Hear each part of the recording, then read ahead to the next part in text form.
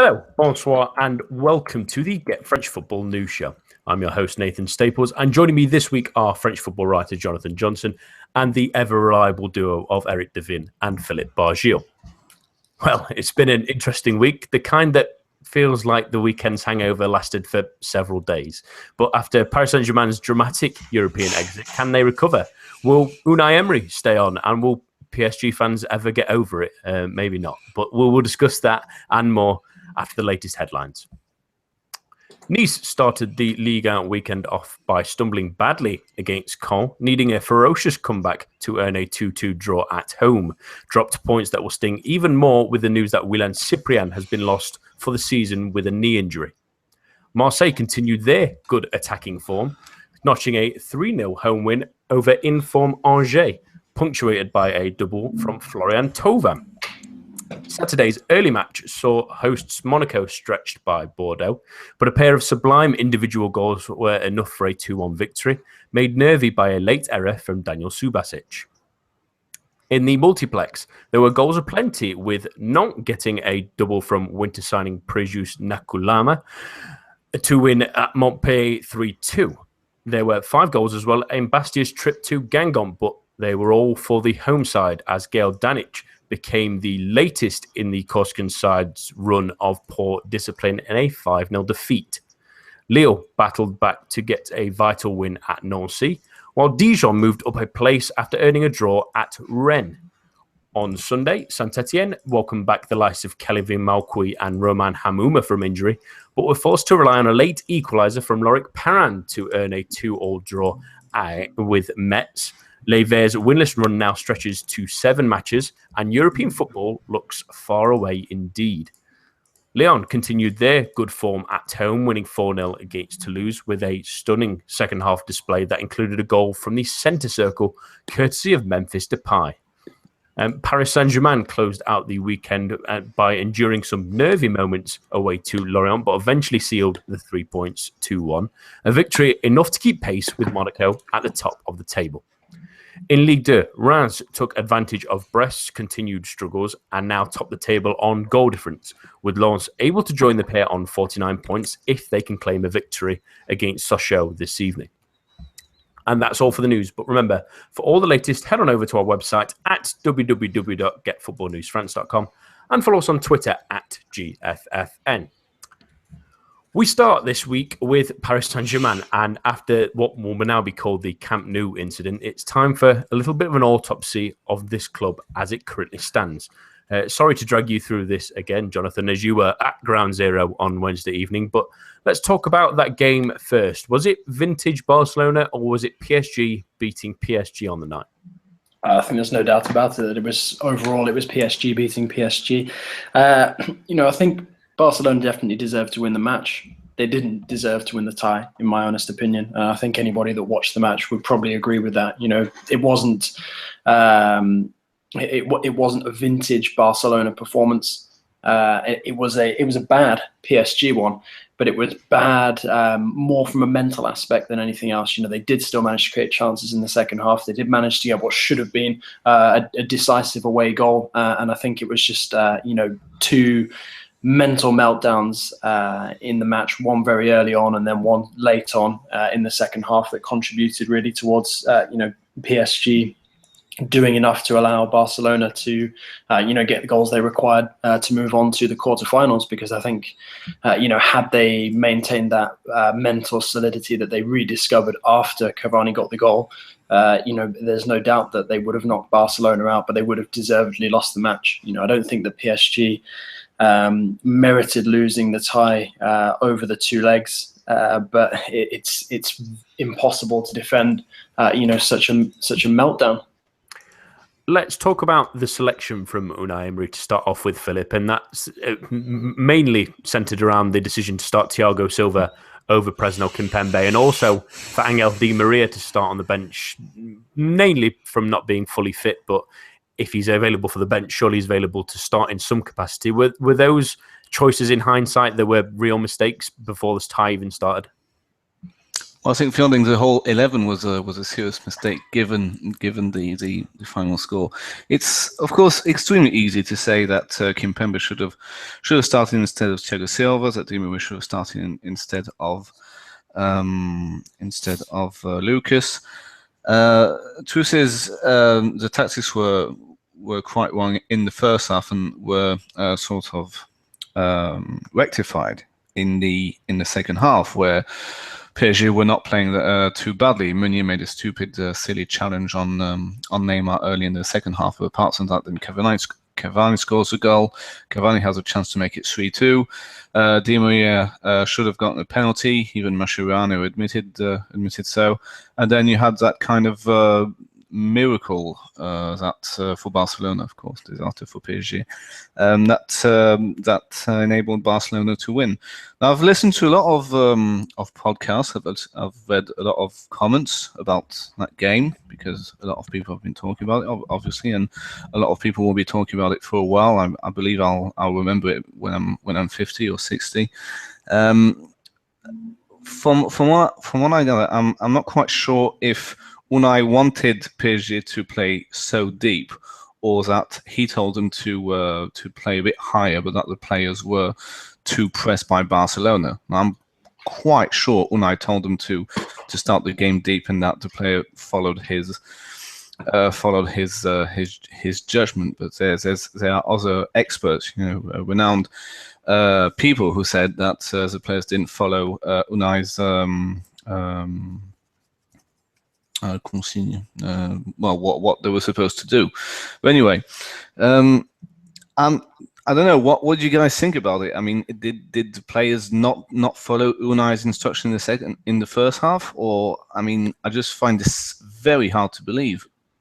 I mean, personally, I don't think that the players did follow Emery's instructions. It's debatable, just how much, what tactical instructions Emery gave them at the beginning of the match to go out there. But I think PSG set up early on just to try and avoid conceding that early goal. And the moment that there was a bit of panic at the back, it happened almost instantly. Suarez scoring inside of 3 minutes was pretty much, the nightmare scenario, and probably one that Emery said, whatever happens, we cannot concede in the first sort of 5 to 10 minutes. And I think that as soon as the PSG players realised that had happened, that's when anything that Emery had said pre-match then went out the window. I mean, you just had to look at him on the touchline during that first half. He was irate with some of his players, and rightly so at times. Saw him laying into Cazorla on a number of occasions when, he was trying to press forward, but then losing the ball every time he touched it. And the people who said that the players didn't follow the guidelines were basically saying it was thanks to Barcelona's pressing that PSG played so deep. I just didn't feel like Barcelona's pressing was that good. I mean, I disagree with that, Philip. I think that Rakitic and Busquets in particular playing very high up the pitch, certainly in PSG's third.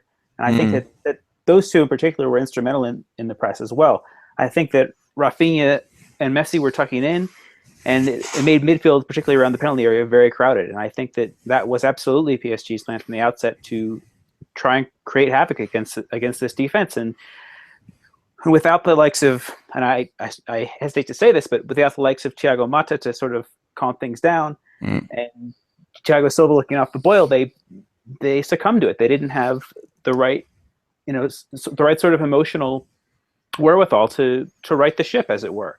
I agree with Eric that Barcelona's press was high, but I don't think that Barcelona pressing high from the very start of the match immediately makes it a vintage Barcelona performance, as many people have been saying. People have been saying, "Oh, this was Barcelona at their very best because the press was high." The press was high, but they still didn't actually create that much in the first half. Aside from the early opportunity that Suarez managed to take, which was quite lucky, and then the own goal scored just before halftime by PSG, which was one of a number of self-inflicted wounds during that match. And just because Barcelona pressed high, I don't think that necessarily was the cause of PSG's mental meltdown. I think PSG's mental meltdown was the fact that there were not strong enough characters in that team. Because we can all agree that the quality of those 2 goals in the first half were not very good, and I actually saw that Barcelona didn't do much with the ball in the first half. I mean, there were so many overhit passes. I mean, that's what made me shots feel like it was off target. Yeah, that's what made me feel it was laughable when people were saying it was a vintage Barcelona performance at the end, because even in the second half, I saw players like Iniesta playing balls towards towards his teammates. Not even meeting the target first time of asking. If people think that was a vintage Barcelona performance, they're either kidding themselves or they're very easily pleased, and their ability to watch football has gone drastically downhill since the years that Barcelona really were the best team to watch in Europe. Or haven't watched Barcelona in a very long time. Very true. And really, to mention, like we said, that they were very, very deep at times, Paris Saint-Germain, with even Cavani sort of in that 30-yard area against his own goal, which is not really where you want your main striker. But I do want to bring a point of, it was an issue with character. And Eric, I want to bring you on this as well. There was a really interesting piece in The Guardian about how the Barcelona players reacted to PSG scoring, where there were incidents of diving, and there's quite... Let's say a clear dive might be the nice way of putting it, because it's atrocious drive really from Luis Suarez. Did that penalty decision so close to the end really swing this game in Barca's favor, in Barcelona's favor? I mean, in terms of it affecting the score of the tie, yes. But the fact is that Barcelona still had to score another goal after that in 5 minutes of stoppage time. And should there have been that much stoppage time? That's another matter for debate. But getting that decision is frustrating, but again, we need to come back to the character of this team and saying, okay, you're still winning the tie. They still need to score again. Buckle down and play out the last 5 minutes. Dribble into the corner and play out the string. But it just wasn't happening. And Emery, bizarrely, brings on Krikoviak. Okay, you're trying to waste time, but why not bring on a player who can keep the ball? Where's Ben Arfa?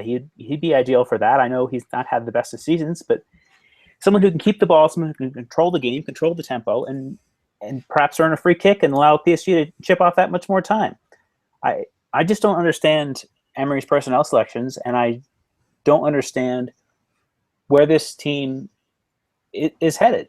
Emery had the perfect chance to drop Silva and to really put his stamp on this team.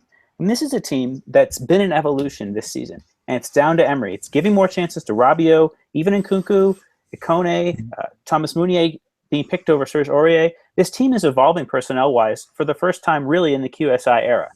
And it's down to Emery and his selections, but his lack of strength at this crucial moment to pick the squad for this team, I think, is what was the team's undoing. Why make changes after you beat Barcelona 4-0? I know Di Maria was an injury doubt, but have him start and have Lucas finish the match, or have Ben Arfa finish the match, have Pastore finish the match. There are certainly options there, but getting it so wrong and giving Barcelona that chance to get that emotional leg up early on in the match was what decided this. It wasn't a penalty decision. It wasn't, an offside call. It wasn't diving. The fact that Barcelona had any chance to win this match was down to Emery's selection and how that played out. I don't necessarily. I don't agree that he should have left Silva out of the starting lineup. I don't think at the end of the day Silva being part of the starting 11 was really part of PSG's downfall. I mean, should Silva have greater control over his team? Certainly in terms of the serenity that he admits to his teammates. Yeah, I think he should, and I think that it's time to discuss Silva's captaincy of this team. But realistically, was there any way that Emery was ever going to not start Silva at Camp Nou? I think the only way that he wasn't going to start him was if he was injured again. Silva, when he's fit, rightly walks into the starting 11. Kimpembe was absolutely sensational first leg, really was, and I think he has a very, very bright future. But I think that it would have put him under a lot of pressure as well to start that second leg. I think maybe some of the mistakes that Emery made in terms of personnel weren't actually necessarily made on the night against Barcelona. It was made against Nancy, in the match before in Ligue 1, because he put out somebody like Pastore and played him for 90 minutes when we'd seen Pastore already have, a big influence on the Marseille match a couple of weeks ago, and then the French Cup match away at Nyon as well. And somebody like Pastore, like you said, when you were talking about the players that Emery could have brought on towards the end of the game to try and buy PSG a bit of time. Pastore, if you want players on the pitch who are going to be able to keep the ball at their feet, and find their teammates for the pass, somebody like Pastore is perfect for that.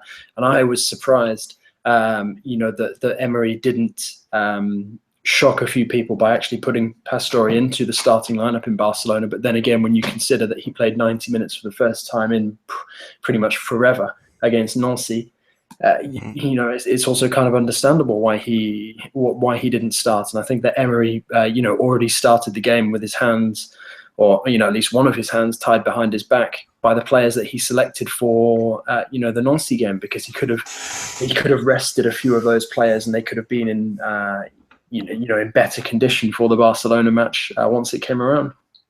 Jonathan, I take your point on Silva, but I think what I'm trying to get at here, and I didn't elucidate it as well as I would have liked, is that in dropping Silva, it's not only about the player's performance on the pitch, but it's about making a statement about how this team can actually evolve instead of being so reliant on players bought rather than players developed. Yeah, no, I completely get that. But then if you're going to make a point, then surely Marquinhos, as the player who has been more error-prone than Silva this season, is the player to make way. And it would have been Kimpembe and Silva starting in the starting 11 against Barcelona. I think Marquinhos is a fantastic player as well. Yeah, he's had a tough last couple of games, because he wasn't particularly impressive against Lorient either. But I also think that he's been overworked this season. People forget, that he had a very busy last summer. And ever since Luis left, he's been in the starting lineup pretty much every game. But I think if Emery was going to make a point, with regards to the to the defensive hierarchy, then he would have put Kimpembe in ahead of Marquinhos. I think we can debate that, the Champions League and the selection and how things devolved from there all evening. But let's look back a little bit more on their general season, and we'll start with the league form, Philip. And they started a little bit slowly, and there was the loss to Monaco, obviously, that probably should have been a real wake-up call. They had that real dip in December as well, with losses to Montpellier and Guingamp and the draw at Nice. How do you summarise this season, at least domestically so far? It's been, while they're still not far off the top, it's been relatively up and down.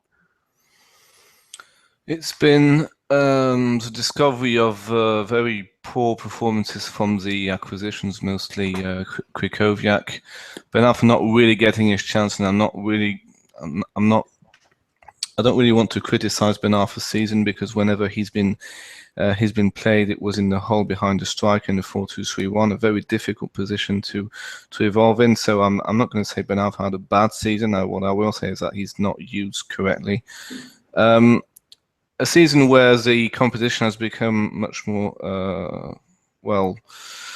competitive. Monaco and Nice have been playing very good football. They've got two very good, very apt tactical managers in Jardim and Lucien Favre, and a learning curve for Unai. Also, the life without Zlatan Ibrahimovic. Relying on Cavani for goals.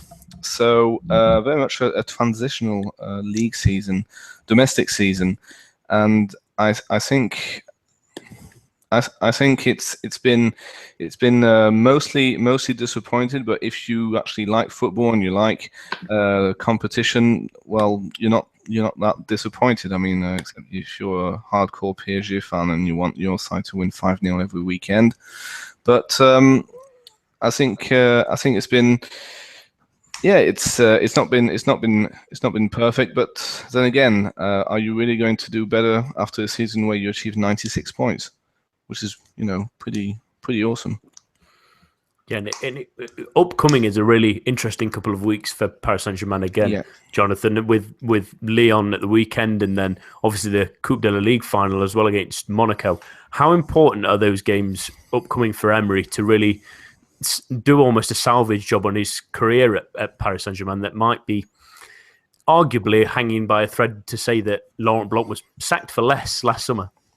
Yeah, and I think it's a hugely poignant moment to sort of be comparing this current season to last season, when you bear in mind that this time last year PSG had just sewn up the Ligue 1 title with that massive win away at Troyes as well. So yeah, it's a huge couple of weeks coming up for Emery and PSG. And you look at the fixtures that the team have between now and the end of the season, and it's not just in these next couple of weeks where they're going to be challenged. There are very tough games all the way up until the end of the season. Now they've still got to go to Nice, they've still got to go to Saint-Etienne as well. So there are some potential key fixtures there, and it's all going to depend really, I think, on what happens with Monaco in the Champions League in the next couple of days, then what happens against Monaco in the Coupe de la Ligue final, because at the end of the day, PSG passed up their opportunity to do as much as they could to drag Monaco back. They lost away, they failed to win at home. So now they're dependent on Monaco dropping points elsewhere, and they've already passed up a fantastic opportunity when Monaco drew away at Bastia a couple of weeks ago, because they then went and drew at home to Toulouse after thrashing Barcelona. So, I think that what PSG really need to do in these next couple of weeks is, pick up as many points as they can in the league. So obviously beat Lyon at home, but they really need to try and demoralize Monaco by beating them convincingly in the Coupe de la Ligue final, because if they don't, there's a good chance that they will get beaten by being at anything other than their best when they meet at Parc OL. And also, if they don't, strike that hammer blow on Monaco, particularly if Monaco have already gone out of the Champions League as well, then it could be, a double hit, twice in as many weeks. And if PSG fail to do that, I think this season we could be talking about Monaco not only winning Ligue 1 but winning, one, a League and Cup, domestic cup double as well. And that would really be to the chagrin of Nasser El Khelaifi if they do that as well. Eric, on an honest opinion, if Monaco do get that positive result in a couple of weeks' time in the Cup, does Emery go then? Well, I mean, I guess Jonathan might be a better person to answer this than I would, because I mean, what sort of assistance would be available? Could Kamara lead the team? I mean, for the rest of the season, Champions League's pretty much assured, but there would still be the Coupe de France. I would be wary of not having someone with a high level of experience to lead the team for the rest of the season, given that the season will probably come down to the last couple of weeks, Coupe de France, and the league title. But I don't think it's a foregone conclusion that Emery goes. I mean, I know there's a lot of people saying his position is untenable after the Barcelona result, but there has to be some perspective when we look at what's happened with Emery this season, and there have been some positive signs. Okay, there've been a lot of negatives, but if you isolate the first leg performance against Barcelona, which I think was better than Barcelona's second leg performance, and the way that some of the youth academy players have emerged, as real, genuine options, in the first team squad. I think that there is a case for Emery being given a second season in charge. But one of the big questions is, how much of a say does he really have over who goes out in the starting lineup week in, week out, and which members of this squad is he able to use and able to rotate regularly, and who are sort of the untouchables. Because I think the one thing that should really happen after a disaster like the one we saw in Barcelona last week is that any players, with the exception of maybe someone like Edinson Cavani, no players at the moment should be considered untouchable. And Cavani's untouchable status doesn't necessarily come from the fact that he runs himself into the ground, and has a fantastic attitude week in, week out. It's the fact that, he is banging in the goals at the moment, every time he is asked to, and there's no real alternative to him at the moment as the central striker to leave the line. Otherwise, there are options all over the pitch for all the other players in the starting 11, and that's why I think that, it doesn't matter whether you're, a Thiago Silva or a Christopher Nkunku. You should no longer be considered untouchable, and Emery should be able to, pick and choose the players that he wants for his starting 11s week in, week out, without having to, to bear in mind some of this star status that seems to have dragged him and dragged the team down at times this season. Jonathan, I just wanted to jump on something you mentioned there quickly. I know we had seen brief flashes of Adrien Rabiot last season, but this season he's really come into his own. You mentioned Nkunku. I think Ikone has looked bright when he's been used as well. Is the continued inclusion of players like that a sign that Emery does have a higher level of influence than we've seen in the past from the likes of, well, particularly Laurent Blanc? I don't think it necessarily reflects Emery's influence. I think it reflects the fact that PSG maybe have just woken up and seen the immense talent that they have, on their own doorstep in their youth academy, and are finally pushing to use some elements of it. However, you could then argue that, if that was the case, Augustin will get more chances in the first team he's been given this season. And it's clear that Emery doesn't fancy Augustin. But then again, he is pretty much the only competitor for Cavani's starting role, and Cavani is one of the big stars of this Qatari project. So it is possible that, although he is talking the talk and walking the walk, that Cavani is still seen as untouchable, by members of the PSG hierarchy, and that Emery, if he wanted to take Cavani out of the starting 11, wouldn't be able to anyway, because there's pressure from above. I think it would be. It would be really interesting to see, how Emery would pick his team, assuming that there was no sort of outside influence. It's something that's very difficult to prove, but it does feel at times like, some players are selected just solely based on the fact that they are considered big stars. If I may say something about Unai's future. Go ahead. I hope that him leaving is not him leaving or staying is not a foregone conclusion. I hope that people will see that the progress made under Barcelona could never ever have been made under Laurent Blanc.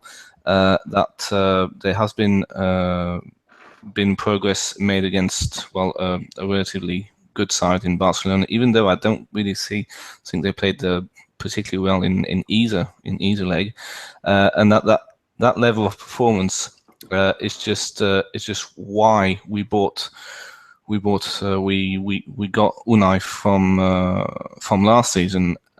In that respect, it is a step up. I mean, if we wanted to win every league game and every Coupe de France and Coupe de la Ligue game, we would have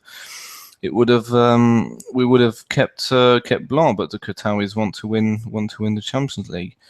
So I honestly hope that Emery stays at least until next season's nitty-gritty part of the Champions League. Just to say, okay, I got it wrong last season. It was my first season at PSG.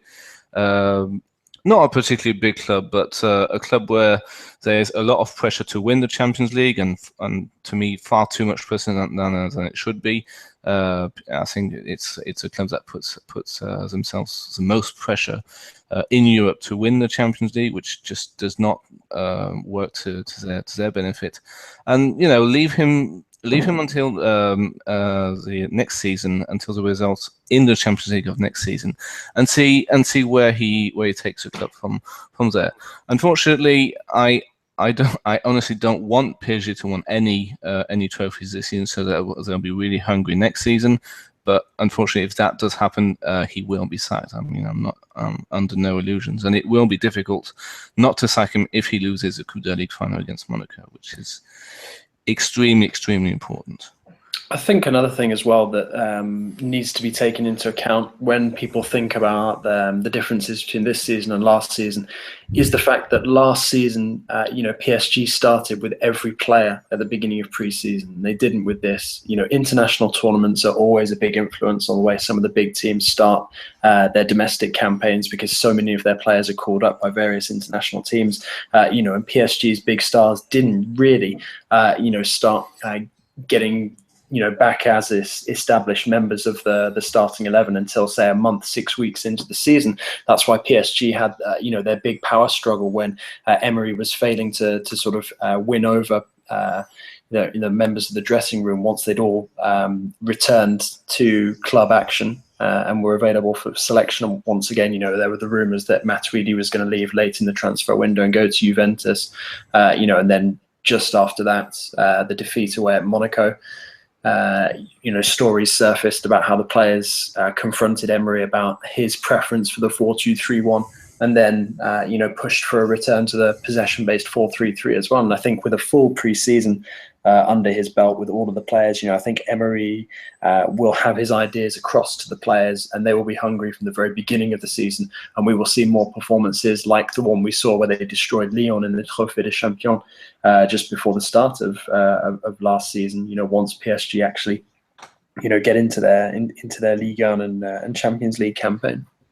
Yeah, and it's with an international tournament combined with a brand new manager and a new philosophy, that can't be understated as well. But let's talk about the changes possibly to come in the summer and to the squad. And with that, we'll bring in a couple of questions we've got on Twitter. And the first one's from @FootyNews44. He's asked you, John, particularly, will PSG sell Lucas Moura this summer, and will Thiago Silva be sitting on the bench next season? Silva won't be sitting on the bench, but I think that Silva may well find himself without the captain's armband next season, and I wouldn't have a problem with that. I think that Silva, at the end of the day, is now too bogged down by everything that has been said about his leadership credentials. I think that he's a fantastic defender.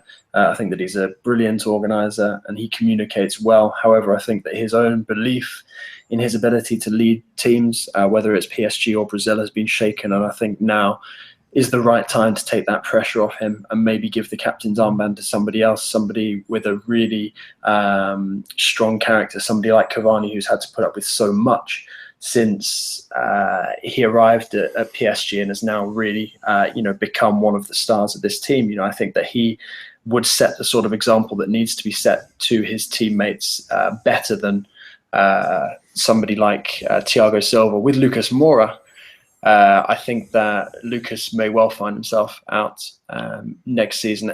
This season, statistically speaking, has been his best since he's arrived at PSG. But I think there have still been times where he's come up short this campaign, and the best example of that was in Barcelona, where he was absolutely horrible. Along with Kurzawa, one of the worst players on the pitch. And for me, I think that Lucas could be one of the players who's shipped off this summer. Yeah, I thought Draxler was pretty bad in the first half, actually. Mm-hmm. I was thinking if you combine that with the just recently signed Draxler, they've got Di Maria. Guedes has only just been recently signed, and the rumours of Alexis Sanchez possibly in the summer as well. It's Lucas looking like the odd one out as well. But the second question I'll throw to you, Eric, and that's focused on Serge Aurier and whether he still should be a PSG player, thanks to @FootnickPL.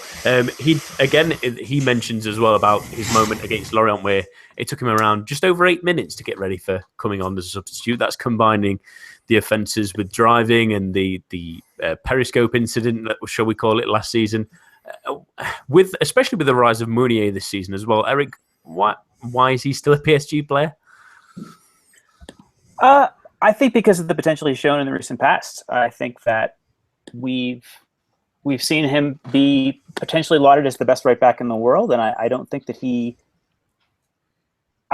on at his very best he is a step down from that. I think that he's certainly shown that potential. He's still fairly young. I think he's 24, so I think that they're still hoping that he can come good because, again, on his day, he's the best right back in the world. But I don't know, Meunier, prior to this Barcelona match, I think had looked the better player this season. And Meunier, that is, looked much more promising. And it did look to me at that point, prior to that Barcelona match, that Meunier would replace Aurier, and Aurier could potentially be Solana. I know Barcelona themselves had actually mentioned as a potential destination. That being said, I think that this person makes a good point. I think that Aurier should be Solana because he does have a value. I think that there's too many other options out there in world football. I mean, we've mentioned Ricardo Rodriguez in the past, so we've mentioned there could be, Dribble Sidibe as another player I've seen linked. I just don't think that there's a place for Aurier on this team, given his antics. Yeah, it does worry you, especially with the rise of Meunier and the bits like that. That he really, you could cash in quite a bit on him, I would think.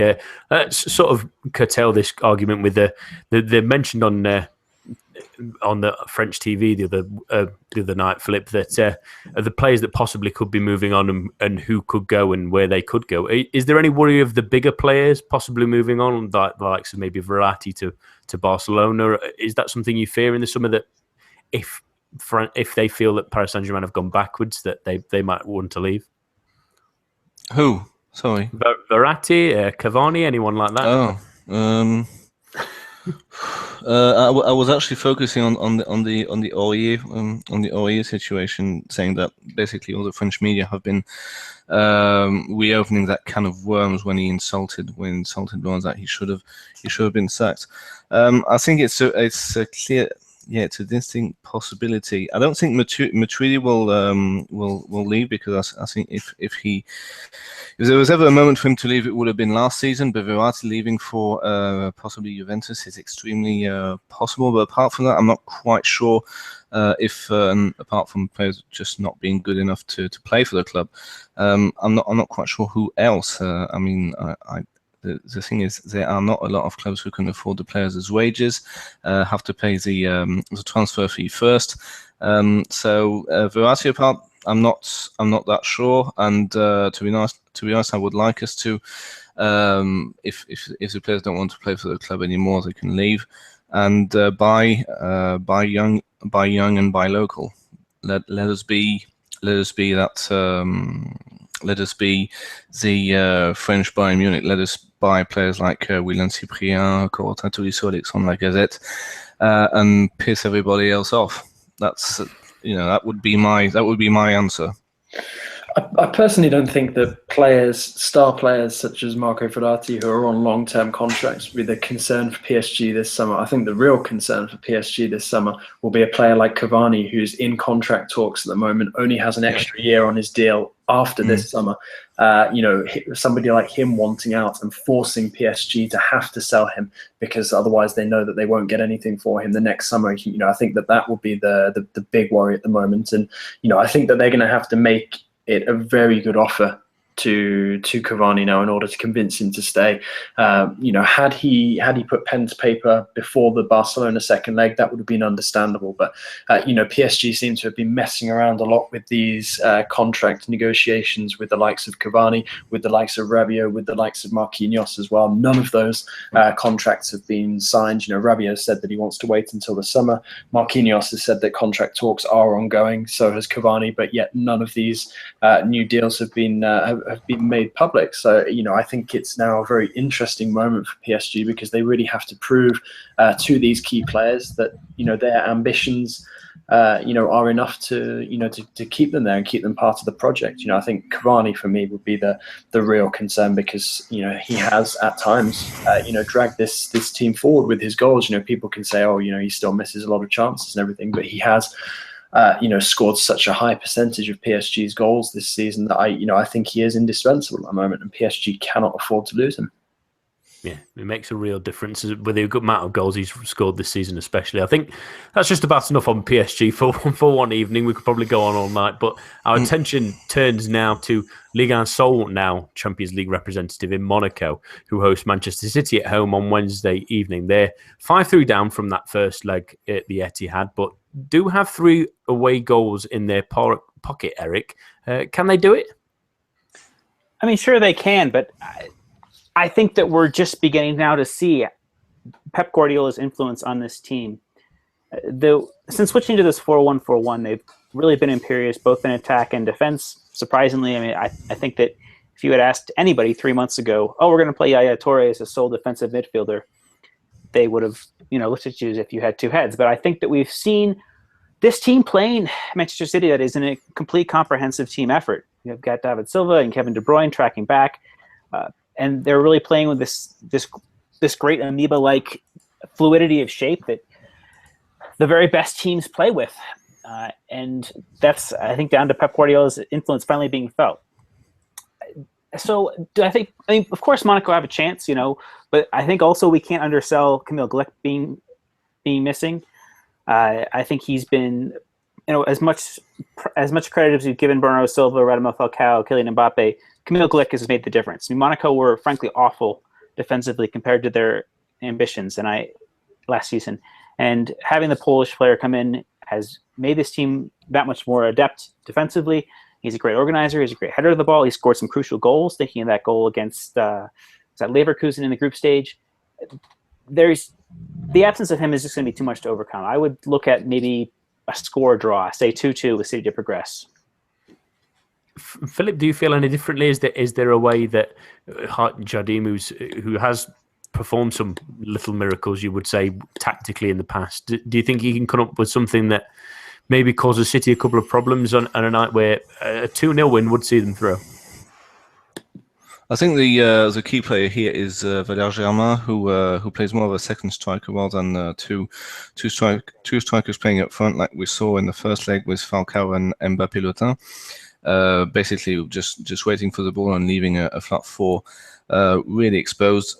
I just can't see Jardim playing another formation than 4-4-2 or 4-4-1-1 if you prefer, because he's been playing that this season for basically every game, possibly aside from the game at the Parc des Princes. And this just doesn't. I don't know. It just doesn't work at the high level. This 4-4-2 thing, and as Eric rightly said, 4-1-4-1 is a good formation. Guardiola has found a good deal there. All the players seem to be very, very happy to be playing in that formation. The attack is decent. So is the midfield, the defense. The goalkeeper is not great. I don't particularly rate the guy all that much. But I just think tactically it's basically Manchester City's to lose, but we've seen last week that strange things can happen. I just think it will be a 2-1 win. Jonathan, how does Jardim approach this match? Because it is still a close tie in theory, but a goal for Manchester City could probably seal things. Do they start off conservative, or do they go for the goals? Is it a difficult balancing act for the Portuguese manager to do on Wednesday evening?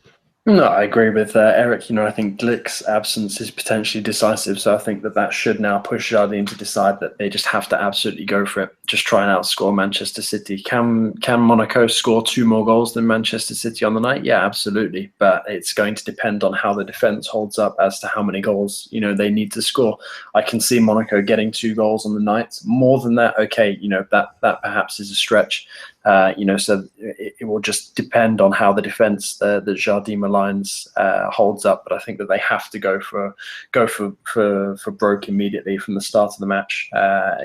Because at the end of the day, Manchester City, although they were lethal at times in attack in the first leg, they were very, very poor defensively. And I think that although Monaco's defense is not full strength or won't be full strength for this second leg, I still think that it is of similar strength to City's. So it's best for Jardim to just send his team out and try and outscore them, because at the end of the day, it is their attack that's made them so formidable domestically this season and has made them so good in Europe as well. I don't think there's anything for Monaco to gain by trying to take the sting out of Manchester City in the first half, because there's no guarantee that they could score 2 goals in the second half. So I think they have to go for it immediately, target that early goal, a bit like Barcelona got against PSG, try and destabilize Man City, and see where it goes from there. If they can get themselves 1 or 2 goals in the first half, fingers crossed that they don't concede, then yeah, I can absolutely see them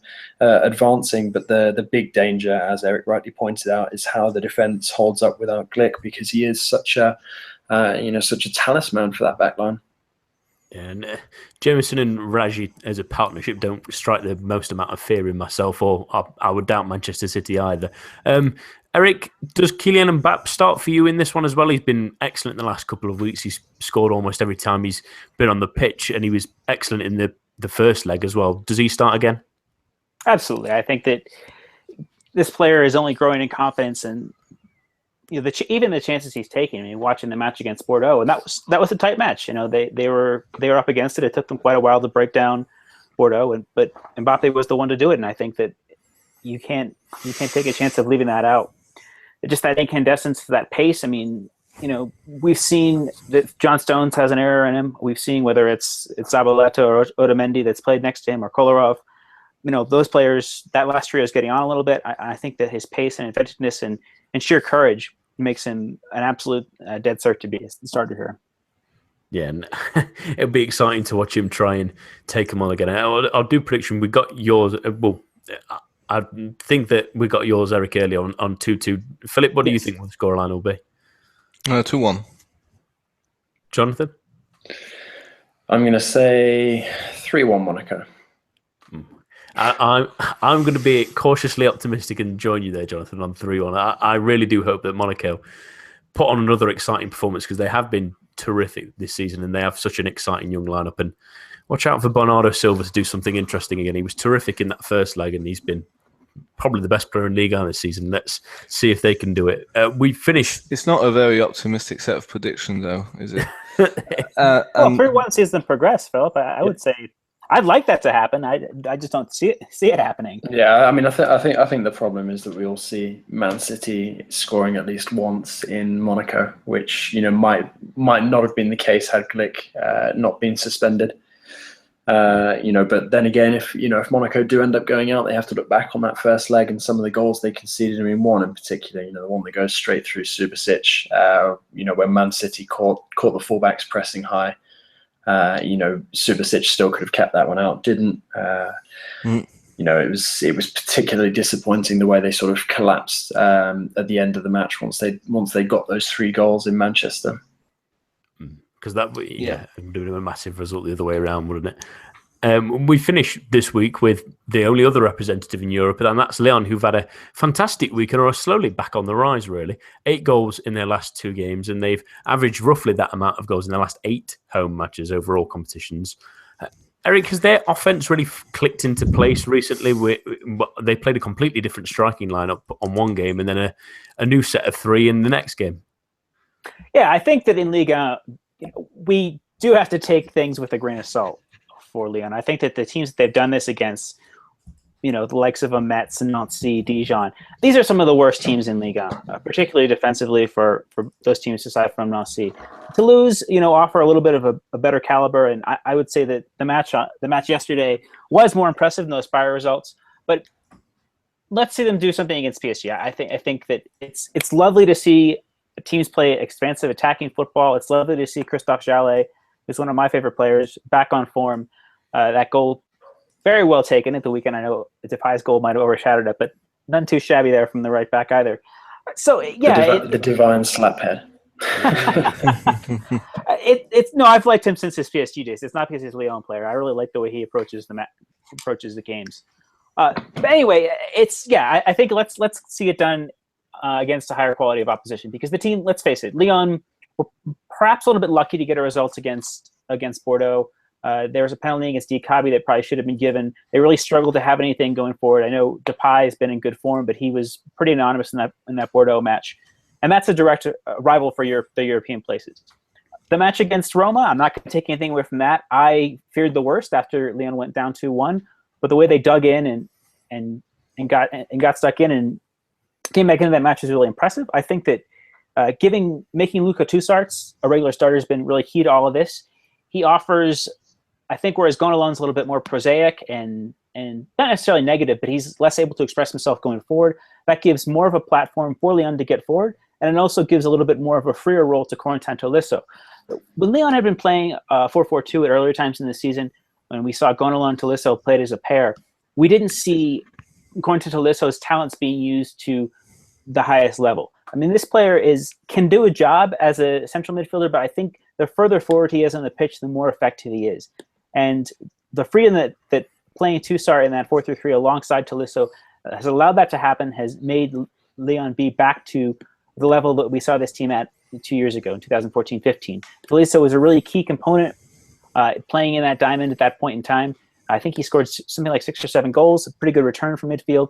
So again, he's got that capability, and Toussaint's allowing that to happen. So that's what it's down to. It's down to a confidence and these slight tweaks tactically that Genesios engendered and allowed this team to go forward in that way.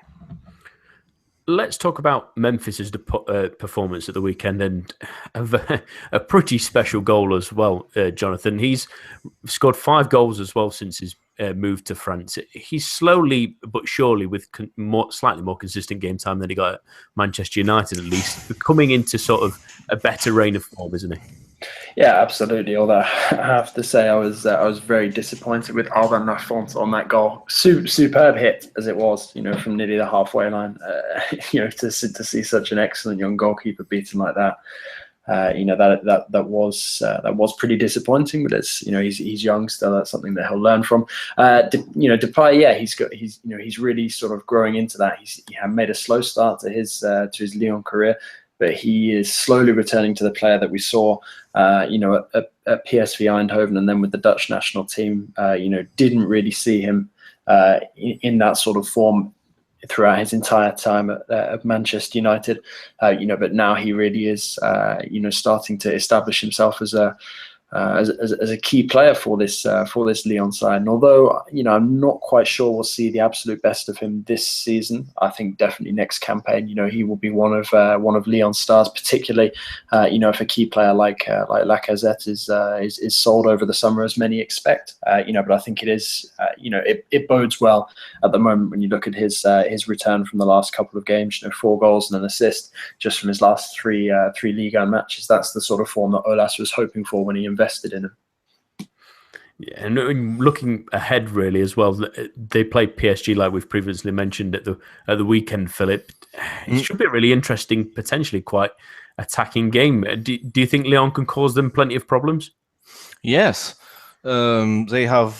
They've been very good since that defeat. Sorry. A couple of games ago, and they've been scoring goals for fun. The opposition, as Eric rightly said, has not been very good defensively, but they are the first side to put 4 past Toulouse, and that involves Monaco, Nice, PSG. So they've been very very dangerous in front of goal. Saying this, they do have Roma on Thursday before that game.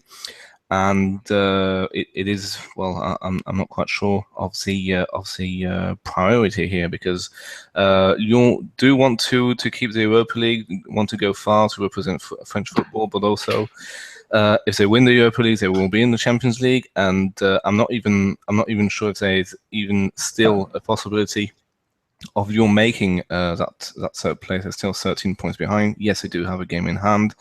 To be honest, I think if you look at the exception of Nice, maybe, especially now Cyprien is injured. Yeah. But for me, I think that it's gone for Lyon the chance of Champions League through the league at least. So you're saying it's gone? I think so. Well, me too. But then again, you never know. Nice have to play PSG, Marseille, and Lyon, because the last game is Lyon versus Nice. They do have to win their game in hand, obviously. It's a game that hasn't been finished. And if that happens, just 10 points. Like you said, Nice have lost William Cyprien until next season. That's a big blow. So I'm not even sure if what's most likely. I mean, do they get Champions League by winning the Europa League, where there's not that many good sides left? No offense, Nathan. Or via the league? It's legitimate question. The league's done, Philip. I mean, look, if they hadn't lost to Guingamp, they hadn't lost to Lille, they hadn't lost to Saint-Etienne, give them 7 more points and put them 4 or 5 back of Nice. Yeah, let's talk. But 10 points with 11 matches to go, or 11 matches for Lyon, I don't see it. So this is basically about winning the Europa League. I mean, it should be. Yeah, I mean, it should be, because I can't see them finishing fifth. I just can't see Marseille leapfrogging them for. Right, but Philip, the thing is, with the international break coming up, they don't necessarily have to rotate between the Roma match and PSG. I mean, the players are off for 2 weeks. They can play the question is how much are they going to have to put into that Roma match to defend their first leg lead? Yeah, it may well cost that. It may advancing past Roma may well cost them the PSG match. But if that's what happens, then I think that Lyon have to say so be it and just give everything from the end of the international break until the end of the season, and see where it gets them. I think at the moment the most important thing for them is to get into the next round of the Europa League. and anything that they get through the league is a bonus, really. Eric, with that 4-2 scoreline that they got on Thursday and heading back to the Olympico in midweek, surely that gives them a huge boost heading into what could be a really important game, because like as Phillips mentioned, there's not, other than Manchester United, cough, cough, hint, hint, there's not many big teams left in the Europa League, and it's a real chance at Champions League football.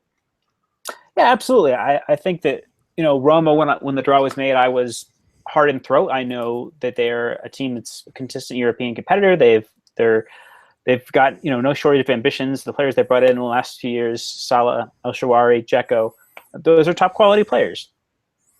But Leon surprised, I think, just about everybody. I think that they've been in good form, but again, they hadn't done it against a high level of opposition, which Roma certainly are. Are they favorites? Well, Roma are going to have Antonio Rudiger back, who I think his importance shouldn't be undersold. He did miss the first leg through suspension. And I think that will allow Roma to be a little bit more solid at the back.